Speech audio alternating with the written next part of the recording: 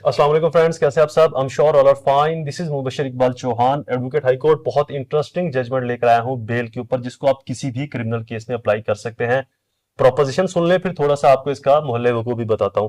जमानत ना देने से बेहतर है कि जमानत दे दी जाए, क्योंकि अगर जमानत गलत तौर पर दी गई है तो सजा देने से उसका मदावा हो सकता है।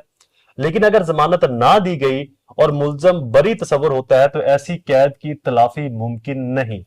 मतलब कि इसका एक और मतलब यह भी बनता है कि मुल्जम को जमानत देने में गलती करना जमानत ना देने में गलती करने से बहुत बेहतर है। इसका एक और मतलब भी यह बनता है कि एक बेगुनाह को सजा नहीं होनी चाहिए, चाहे 10 गुनेगार जो हैं वो छूट जाए। ये एक बेहतरीन प्रिंसिपल है। जजमेंट आपको बताता हूं ऑनरेबल सुप्रीम कोर्ट की, फिर प्रोपोजिशन भी आपको बताता हूं। जजमेंट है 2024 SCMR 1567 1567, पेज नंबर है।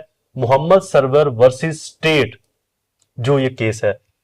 497 and 498 constitution of Pakistan article 185 sub class 3 bail grant of principal.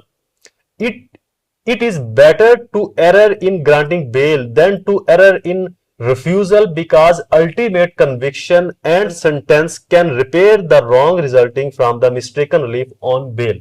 अगर बेल पर कोई रिलीफ मिलता है और वो रिलीफ गलती पर दे दिया गया है तो उसकी दाद रसी हो सकती है मुल्जिम को सजा मिलकर।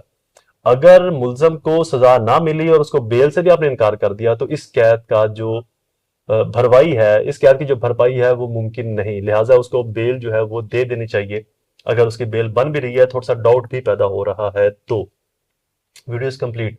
दोबारा हाजिर होऊंगा किसी और इन्फॉर्मेटिव वीडियो के साथ। तब तक मुझे अपनी दुआ में जरूर याद रखें। अल्लाह ताला आप सबका हामी नासिर हो। वस्सलाम।